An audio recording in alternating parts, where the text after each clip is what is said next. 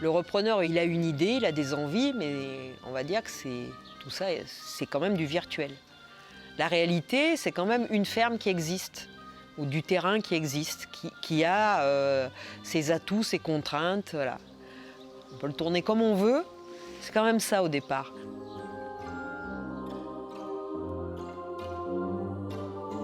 La moitié des paysannes et des paysans actuels sont à moins de 10 ans de la retraite. Que vont devenir leurs fermes ? Aujourd'hui, la plupart rejoignent des fermes voisines. Seul un tiers sont reprises pour une installation. L'avenir est dans nos bottes est une série d'entretiens qui s'attachent au renouvellement des générations agricoles. D'un côté, une ferme à céder. De l'autre, un désir d'installation. La rencontre ne va pas de soi et cette série a pour ambition de la faciliter. Les 3 premiers épisodes prennent place sur la montagne Limousine.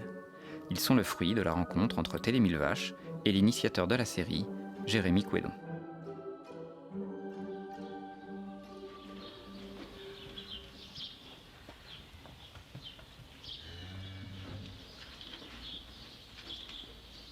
Je suis paysanne depuis 1984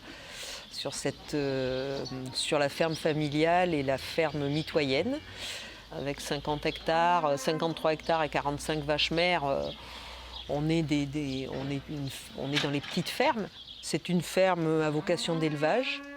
On est sur les contreforts du plateau de 1000 Vaches, sur une zone relativement accidentée. On a 100 mètres de dénivelé sur nos 53 hectares. On a beaucoup de zones humides. Les zones sèches sont souvent rocailleuses. En Limousin, on doit être à 60% de paysans qui ont plus de 50 ans. Donc c'est énorme.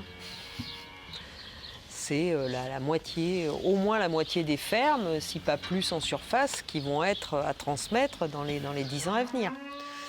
C'est très conséquent, très très conséquent. Donc le paysage agricole, de toute façon, va changer, quoi qu'il arrive.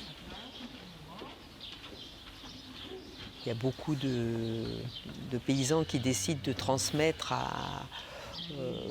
aux voisins, mais enfin, à un moment, les voisins ne pourront pas tout absorber. Et après, le problème après des grosses exploitations, c'est le capital à transmettre.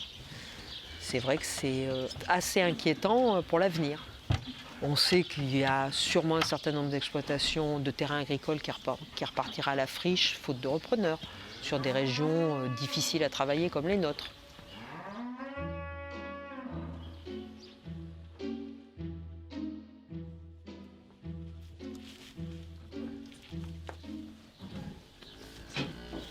Alors allons-y pour le nettoyage.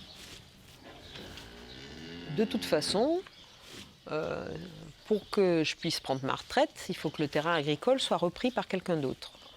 Outre les 3 hectares de subsistance, il y en a toujours du terrain agricole à la MSA à son nom. Et si on ne l'a pas transmis, on ne peut pas toucher de retraite.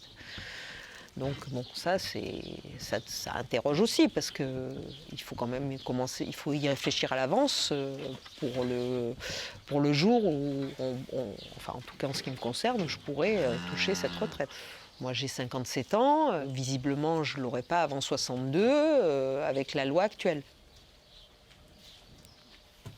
Alors, c'est vrai que jusqu'à présent, la solution la plus facile a souvent été que ce soit les voisins qui reprennent. Moi, ce que je souhaiterais, c'est de pouvoir travailler avec une tierce personne, lui apprendre et lui faire comprendre ce que je fais, quoi, et éventuellement imaginer avec lui soit une association, soit une reprise à moyen terme. Ici, c'est la ferme familiale où j'ai toujours vécu, donc ça représente toute ma vie, donc c'est pas rien.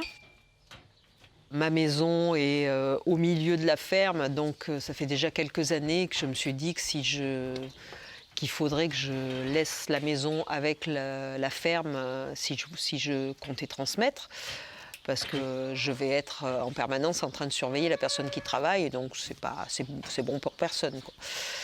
Ni pour moi, ni pour celui qui travaille là.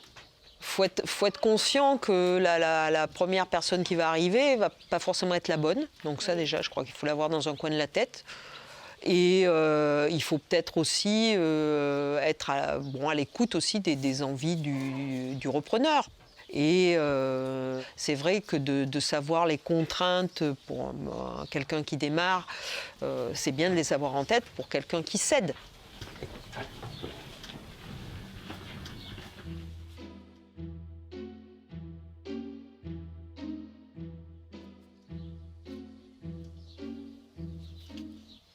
Alors, la personne à qui je vais avoir envie de transmettre va peut-être penser que je suis une donneuse de leçons parce que je vais essayer de lui expliquer comment je fais et pourquoi.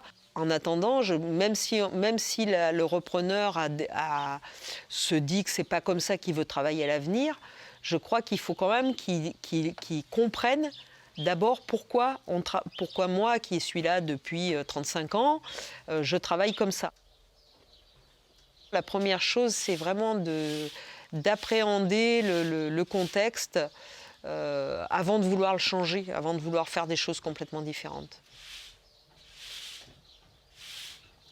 Le repreneur, il a une idée, il a des envies, mais on va dire que tout ça, c'est quand même du virtuel. La réalité, c'est quand même une ferme qui existe, ou du terrain qui existe, qui a ses atouts, ses contraintes, voilà. Donc malgré tout, alors je dis pas que le cédant ne doit pas se remettre en question, mais la chose concrète et réelle, c'est la ferme qui existe. On peut le tourner comme on veut, c'est quand même ça au départ.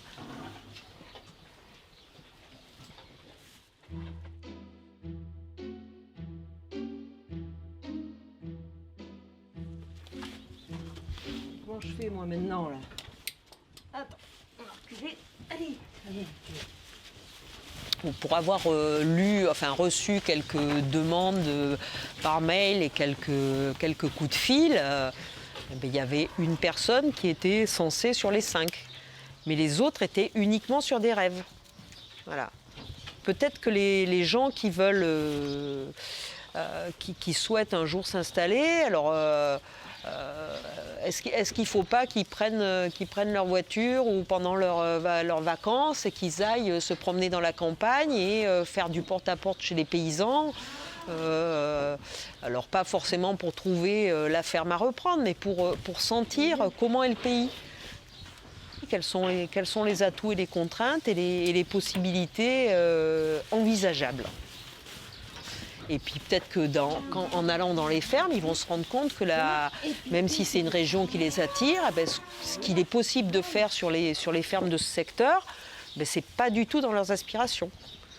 Et au contraire, le hasard va faire qu'ils vont croiser d'autres agriculteurs et là ils vont se dire « Ah ouais, tiens, cette région-là, ce n'est pas forcément ma région de prédilection, mais là il y a quelque chose qui m'attire et qui m'intéresse et qui est possible. »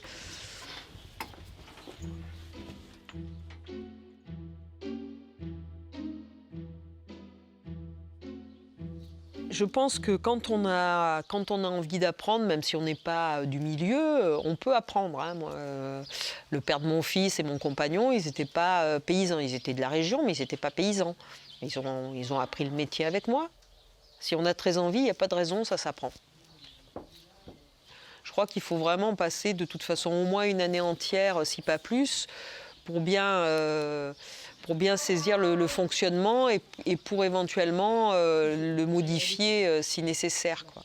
Voilà, ça demande, c'est vraiment une perception de longue haleine. Je ne veux pas les décevoir, mais ils ne sont pas encore paysans quand ils ont le BPREA, quoi. Voilà. Même s'ils ont apprécié et bien travaillé pendant leur stage, c'est loin d'être suffisant, quoi. Voilà. C'est un métier, si on hésite entre ça ou autre chose, il vaut mieux faire autre chose. Voilà, il faut savoir tout faire. Et être capable de tout gérer dans une journée, dans une semaine, et même au bout de 35 ans, on a toujours l'impression d'apprendre, et les années ne sont jamais les mêmes, etc., quoi. Voilà.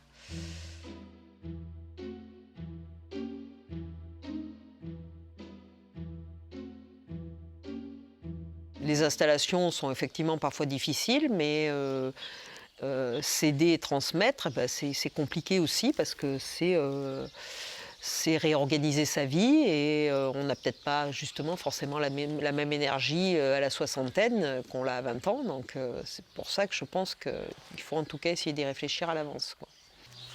Pour l'instant, ça veut dire de se dire qu'on est prêt à accueillir quelqu'un. Voilà, déjà. Bon. Et en tout cas, il faut à chaque fois prévoir l'échec. Parce que sinon, si on ne le prévoit pas, l'échec est une catastrophe. Si on le prévoit, l'échec, on s'en accommode. C'est un échec, mais on s'en accommode. Enfin, on le gère. Et si on ne l'a pas prévu, c'est ingérable.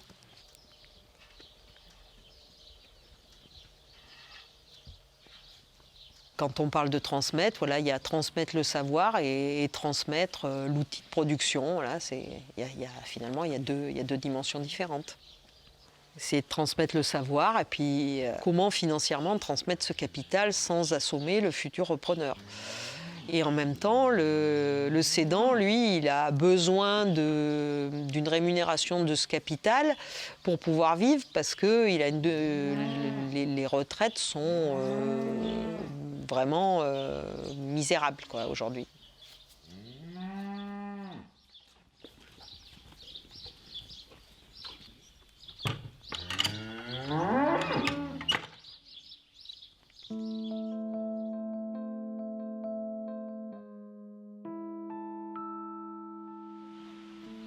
Comme mes parents ou mes grands-parents, ça sera une maison avec un jardin, avec une partie de subsistance.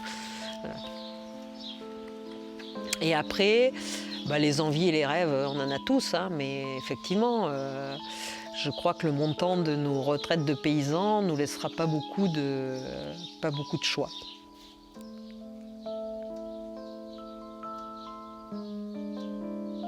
On a besoin de gens, c'est sûr. Il y a besoin de gens parce que ici, la terre, elle vit à condition qu'il y ait des hommes pour la faire vivre. Des hommes et des femmes.